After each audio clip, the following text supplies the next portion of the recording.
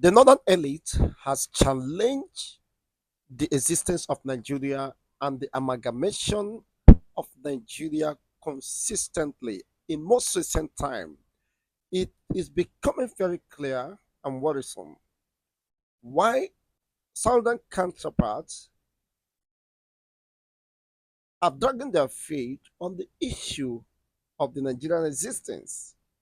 The North on several occasions have called for an end of Nigeria, citing that one Nigeria is the biggest fraud ever and must end. The amalgamation of the southern and northern protectorate is the reason why Nigeria today is not moving forward. Is the reason why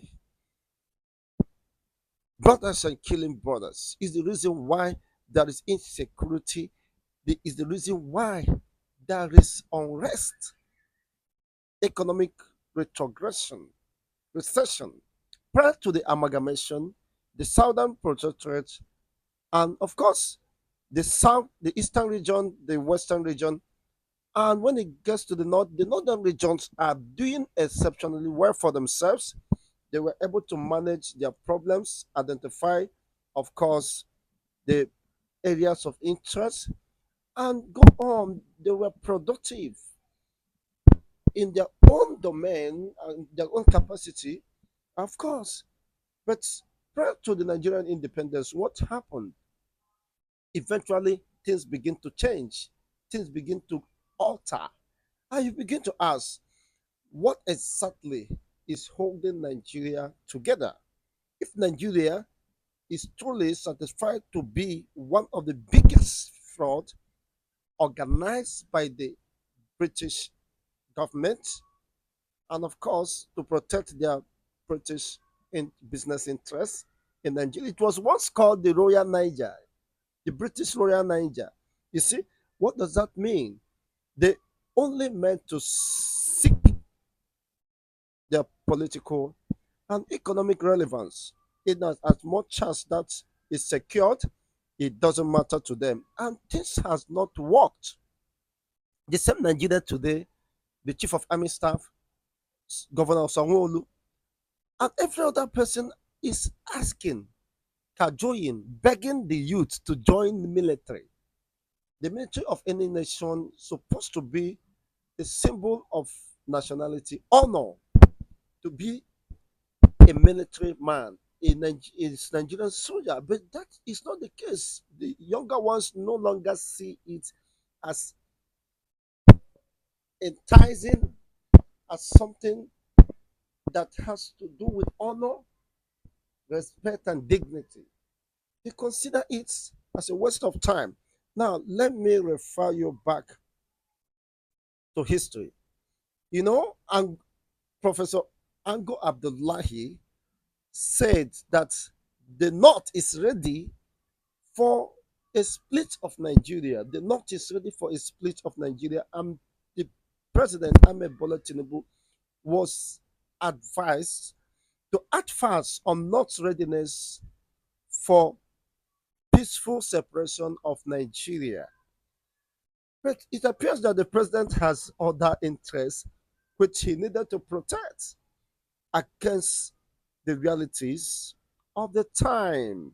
Nigeria amalgamation expired in 2013. That is 100 years after the British government joined the Southern Protectorate and the Northern Protectorate together so that they can manage their exploitations and advance, of course, their exploitations of the people's natural resources and control of their dignity. And it is very shameful and very dehumanizing.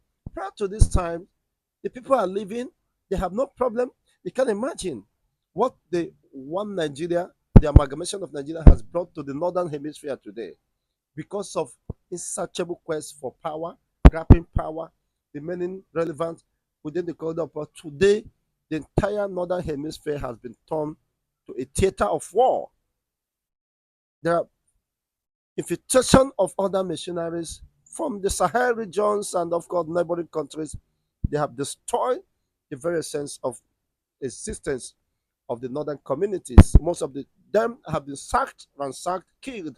Of course, for those who escaped the sword, hunger is ravaging them, and it's quite unfortunate. What then is the essence of that amalgamation? You can now clearly understand that it was not intended to solve the needs of the indigenous people. Today, where are the British? I was told from, of course, information that that house where the amalgamation of Nigerian, the southern and northern Nigeria was carried out today is in shambles. It has been dilapidated. Nobody takes care. Excuse me. Nobody takes care of it. It has been abandoned. It has expired. What am I saying in essence? That there is need, of course, to, excuse me, there is need to pay attention to the realities on ground. Why are the people impoverished? Why is it that there is hunger in the land?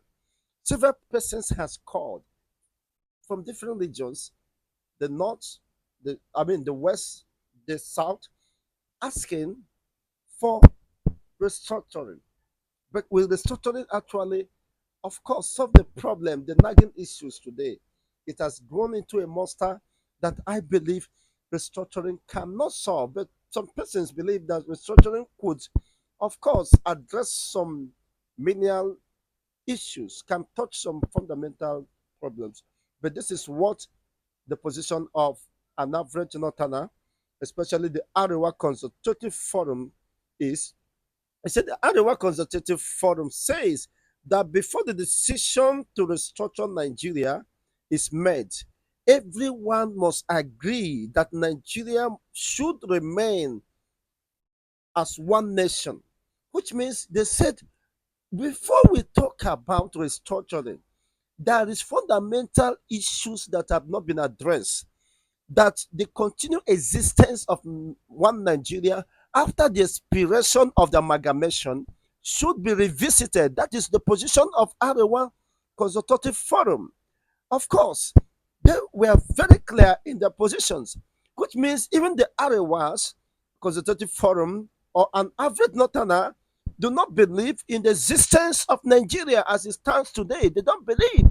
They are more comfortable with the Sharia, of course, institution and the Islamic State. No wonder, of course, in the northern people, they are pushing for Islamic states. They have no confidence in one Nigeria. They don't believe in one Nigeria. And this is playing out very clearly. And I wonder why those concerned are not paying attention to this. They decided to live in denial and close their ears over what is happening, their agitation. The Arewa said that before there will be any decision to restructure Nigeria, the continued existence of Nigeria government and Nigerian nation as a nation or contraption must be revisited. The continued existence of one Nigeria must be discussed, which means it is very clear, it is unarguably clear that both the north, the south, the east, they don't believe in the existence of Nigeria after the expiration of the amalgamation. That, of course, they need to come back on the negotiation table and review that amalgamation, that continued existence of Nigeria as an entity comprising different ethnic nationalities. Such issues have not been addressed up to today.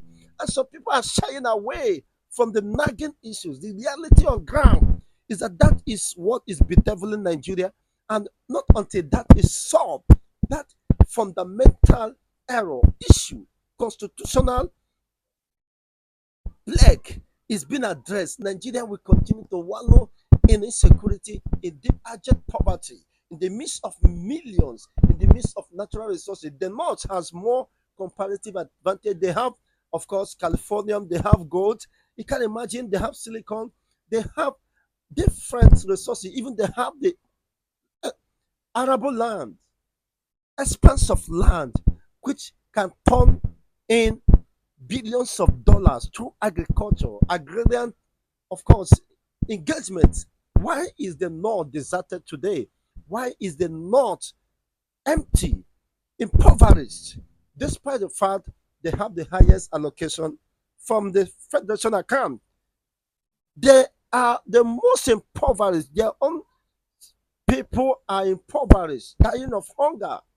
Most of them, of course, struggling for safety, living. They have fled their own communities, seeking for safety.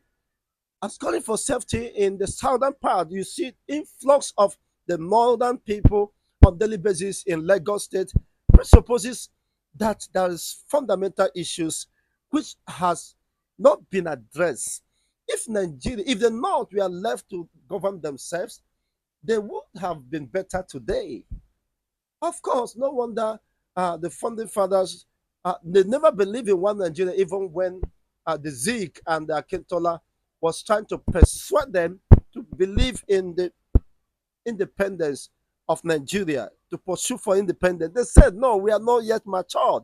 We rather manage ourselves, of course, the way we feel and grow at our own pace. But having been forced to do that, fundamental error was initiated. And today, even those who claim to be founding fathers ended up saying that Nigeria is a mere geographical contraction. It is no longer a nation. You see, because it is done on them that their aspirations and their intentions, of course, cannot be realized in Nigeria. That is sentiment, disintegration, tribalism. How can such nation, of course, move forward? It is very unfortunate that Tinubu and his cabinets are not paying attention. He said it's better you pay attention to this call and demand by the Arewas. And he said this forum was responding, of course, to the outcome of the Southern Governors meeting. Of course, they decided, even during the election, when the Southern governors, just to protect their interests, said, except there is a Southern president, Nigeria must divide. Hell will be let loose. But that is not the case. The problem is not a Southern president. We, of course, eventually do whatever happens. The Southerner is the president. Has Nigeria recovered? It is sinking more abysmally. The fundamental issues have not been addressed. The fundamental issue is the continued existence of Nigeria. Different ethnic nationalities no longer believe in Nigeria, despite the launch of Ashebi as national wears or whatever uniform. That cannot stop the killings. Here you hear in Zamfara people were massacred and killed, adopted in Zamfara, in this, in Bronu, in Imo State. What exactly is happening in Ondo, in Ekiti? There is continual killings of the indigenous settlers in their own communities. They are running away from that. What are you saying? So, with this position and statements, and of course, it is very clear that the Nigerian existence sovereignty has been challenged unwittingly by the northern caucus. They don't believe in Nigeria.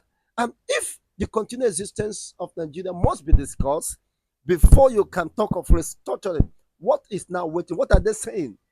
That they are ready, of course, to part ways. That they still don't believe in restructuring because they don't believe in the existence, continued existence of one Nigeria. And this have informed the reason why, of course, Nigeria has been stuck in the wheel of motionless and despair. Now, let's have a review of what is playing out sometime despite the sharing formula. There has been, of course, excuse me,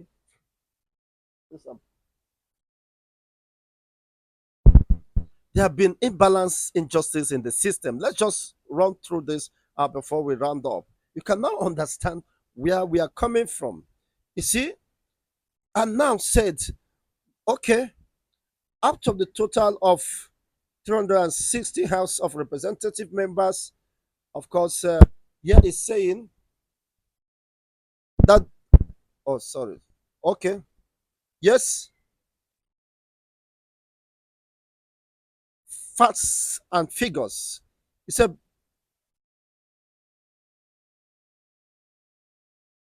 okay, out of the total number of 360 House of Reps members, the entire South has just 169, while the North has 191. It done minutes 191. That is a very huge imbalance in the system. How could you call southern and northern protectorate and there is imbalance in the allocation of representatives? Are the southern people less represented? Yes, because of the politicking, because of the imbalance injustice in the system.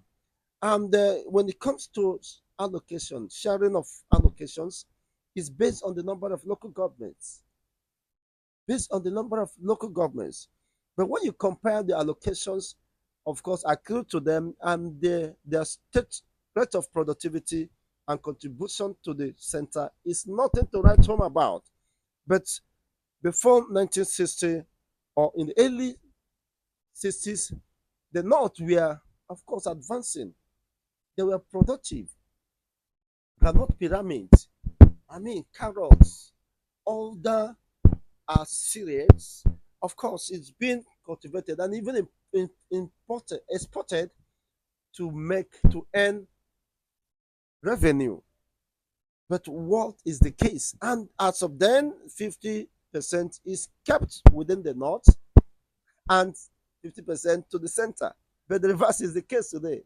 You see, when eventually oil was discovered in the south, then now we are talking about 3%, 6%, 13% derivative. It is quite unfortunate, but that has not helped issues. It has not solved the problem. Running to Abuja to collect allocation has impoverished the masses.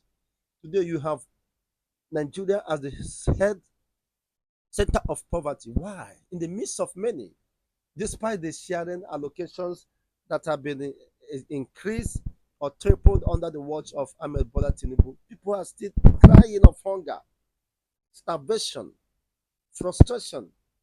People can no longer live a normal life. The basic standard of life is no longer possible for millions, tens of millions of Nigerians today. They are begging on the street, they are begging anywhere. We have corporate beggars and people who are begging not because they want to beg, because the situation has forced them and they don't know what to do. The instinct of survival have increased the rate of crime in the society. Of one of my brother, a colleague, was robbed. All his belongings in phones was stripped off. You know what that means? Just this week, and the person is now struggling to get another phone. How can you survive in this hostile environment? Why? Because the government, those in the corridor of power, fail to do what is needful. Perhaps because they have access to the commonwealth of the masses and they can take whatever they want to take for their upkeep. They don't they are not concerned. People who ask us Nigerians to be patient. Are they patient, Jonathan? They should rather change their name to Tinubu Patient. Be patient, be patient. Are you patient, Jonathan? Be patient while you are buying exotic cars for the House of Rep and House of upper chambers, senators and reps, increasing allowances, salaries of judiciaries 300%. You didn't ask them to get patients. to be patient while you stabilize the economy.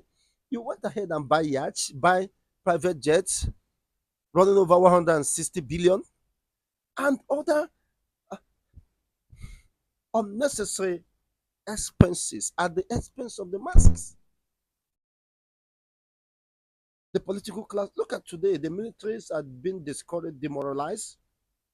Some, even the Nigerian citizens no longer want to be part of Nigerian security structure. Teachers are being relegated to the floor. The remuneration is nothing to write home about. No one can survive, no only any response, normal human being can survive with such remuneration. Today, a bag of rice is 100,000 plus, and you are paying the person less than, far less than what cannot even sustain his transportation and let alone feeding. Begin to how people are surviving excruciatingly. I mean, survival is becoming something else. Struggling to survive. How can that continue? So the issue has not been addressed. And this have informed the reason why, of course, the Biafrans say, the agitators say they don't want to go because there is no commitment, there is no sincerity, there is no political will on the part of the ruling class because they are benefiting the system where the Senate president in such hollow position will tell you that the pains and the complaint of the masses are inconsequential, that they will go ahead and be sipping tea, eating and enjoying. Of course, sending emails to their inboxes, to their account numbers, enjoyment allowances on weekly basis. Let them go and enjoy themselves, and they can travel overseas and whatever. Why the people are dying? They say they are hungry. Fix the economy. Let things become easy for the citizens to survive. So will you now blame people who said we can't take this nonsense again? Enough of this nonsense. No, ask me, will you now blame them?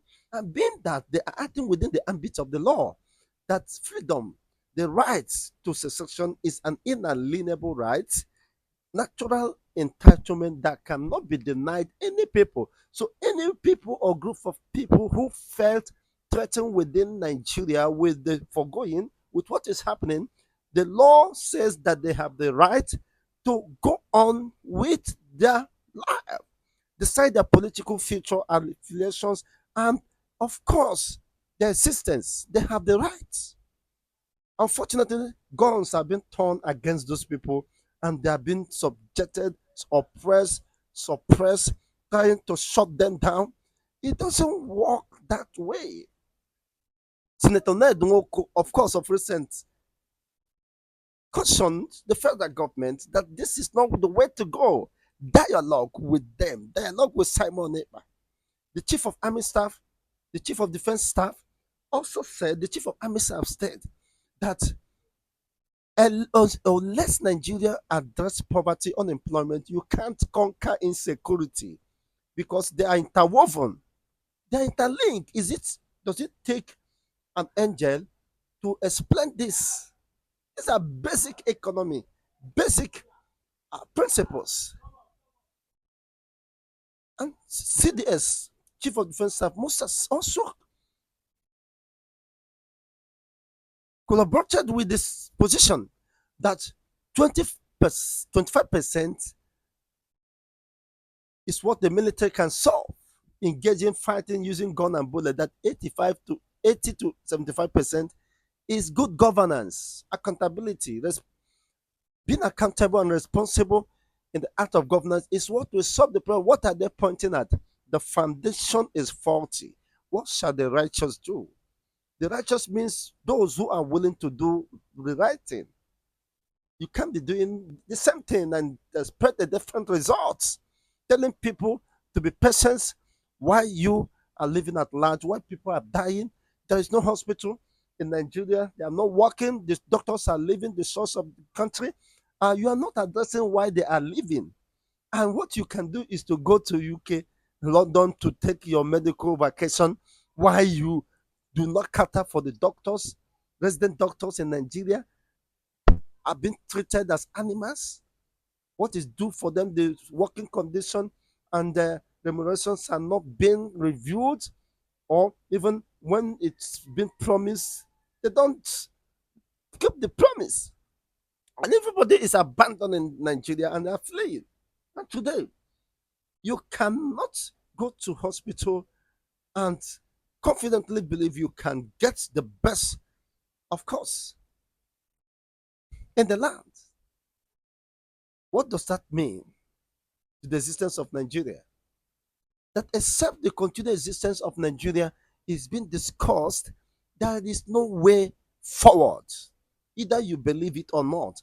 We can continue to move around in a hole, in a cycle, without making any progress. The progress of Nigeria is predicated on this singular truth that the continued existence of Nigerian state must be reviewed, negotiated, and not until this is done. Well, the truth is that it is either it will either happen in peace or in pieces. Because when people are expecting you to do what is needful and you are not doing it, you are pushing them to anarchy. You are inviting anarchy, and when that anarchy looms, of course, disaster will spread, just as what you are seeing today. But it takes a responsible and understanding government, of course, to say, no, let's address these things. These are not rocket science. Let's fix this thing once and for all so that we can save life, we can save humanity, we can end these distortions, attack on the military on both sides. Even the agitators and the military are, of course, in endless battles, fierce battles. People's life are being wasted, and yet those who should lead that peace path through dialogue, sincere and open-mindedness to address these issues. No, they're not science. If a government that says that freedom is the inalienable right of the people and a natural entitlement that cannot be denied any people, why is the same government fighting people who say they want to go? They want the independent. They're not saying they want your own land, they want your own possession communities. They said they want to go. And you said it is their right to go, but you are going to uphold, usurp, deny them the right, suppress and subjugate them.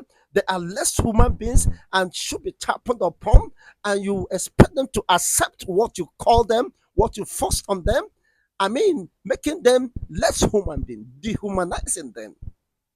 You are the one looking for the trouble. Can you understand? That is double standard. You said that freedom is the right of any people, a natural entitlement that cannot be denied any people. The same government is opposing the will, the collective will of the people to move on with their life, to define their own fate, their future, to build a coherent, egalitarian society where they could be proud to call their own, to live, aspire, and fulfill their aspirations. You said no. Who is now finding trouble? Who is now at fault? No. That is simple logic. This double standard is beaten by the Nigerian government, and the security operative cannot help solve the problem.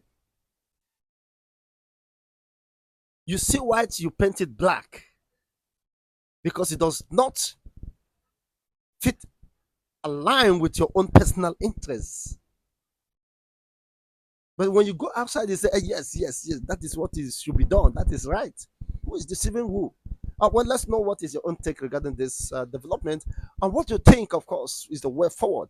But the reality is well spread out. Atalamokwa, Jeze. The only way Nigeria can be saved, the only way the continual killings of the military and the agitators will cease is to have dialogue. And there must be political will, sincerity, and honesty in discussing the continued existence of Nigeria. If the North say they want to go, you can't stop them. It is their right.